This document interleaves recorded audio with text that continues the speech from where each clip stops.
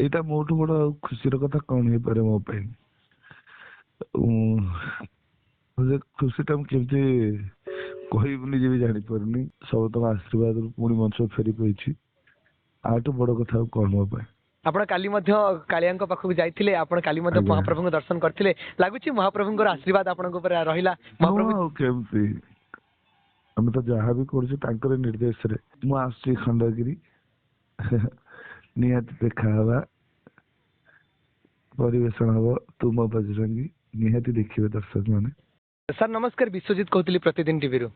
ନମସ୍କାର।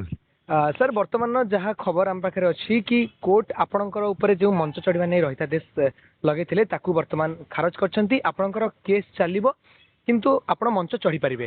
ଏନେଇ ସାର୍ କ'ଣ ପ୍ରତିକ୍ରିୟା ରଖିବେ, କ'ଣ କହିବାକୁ ଚାହିଁବେ? ଏଇଟା ମୋଠୁ ବଡ ଖୁସିର କଥା କଣ ହେଇପାରେ ମୋ ପାଇଁ। ସେ ଖୁସିଟା ମୁଁ କେମିତି କହିବି ନିଜେ ବି ଜାଣିପାରୁନି। ଆଉ ପ୍ରତ୍ୟେକ ଦର୍ଶକ ଭଗବାନ ମାନଙ୍କୁ, ଆମ ବଡ ଠାକୁର କାଳିଆ ସାଆନ୍ତ ସବୁ ତମ ଆଶୀର୍ବାଦରୁ ପୁଣି ମଞ୍ଚ ଫେରି ପାଇଛି। ଆଠୁ ବଡ କଥା ଆଉ କଣ ମୋ ପାଇଁ।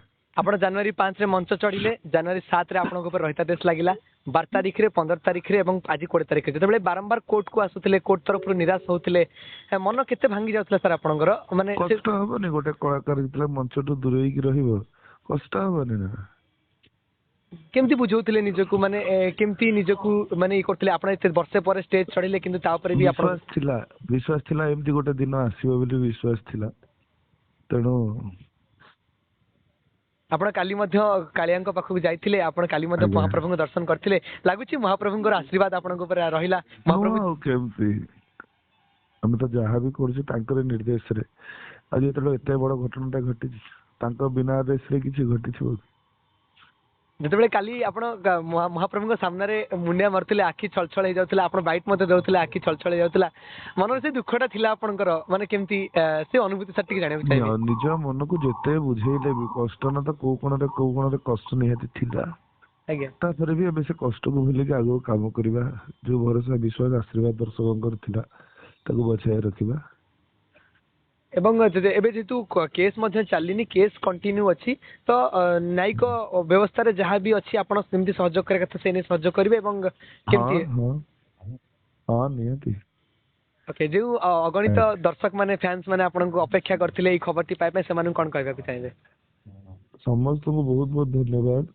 ପ୍ରତ୍ୟେକଟି ଦର୍ଶକ ମାନଙ୍କର ଆଶୀର୍ବାଦ, ଭଲ ପାଇବା, ମହାପ୍ରଭୁଙ୍କର ଆଶୀର୍ବାଦ ଆଜି ପୁଣି ମୁଁ ମଞ୍ଚକୁ ଫେରି ପାରିଛି।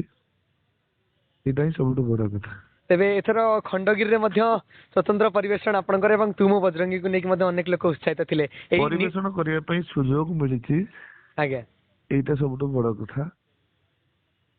କଣ ହବ କଣ ନାହିଁ ଏଇଟା ଖଣ୍ଡଗିରିରେ ହିଁ ଜଣା ପଡିବ। ନାଇଁ, ଯୋଉ ଏଇ ଖବର ଆସିଲା ପରେ ଅନେକ ଲୋକଙ୍କ ମନରେ ଗୋଟେ ଦ୍ୱେଷ ଥିଲା, ଅନେକ ଗୋଟେ ଦ୍ୱନ୍ଦ୍ୱ ଥିଲା କି ପିୟୁଷ ଖଣ୍ଡଗିରି ଆସିବେ ନା ନାହିଁ, ସେମାନଙ୍କୁ କ'ଣ ଖୁସି ଖବର ଦେବାକୁ ଚାହିଁବେ? ମୁଁ ଆସୁଛି ଖଣ୍ଡଗିରି, ନିହାତି ଦେଖା ହବା, ପରିବେଷଣ ହବ ତୁମ ବଜରଙ୍ଗୀ, ନିହାତି ଦେଖିବେ ଦର୍ଶକ ମାନେ। ନିହାତି ଭାବରେ ଅନେକ ଅନେକ ଧନ୍ୟବାଦ ପିୟୁଷ ବାବୁ। ଏନେ ଆମେ ଆଜ୍ଞା ମଧ୍ୟ ଆପଣଙ୍କୁ ଶୁଭେଚ୍ଛା ଜଣାଉଛୁ ଏବଂ ଆଜ୍ଞା, ଧନ୍ୟବାଦ ଭାଇ।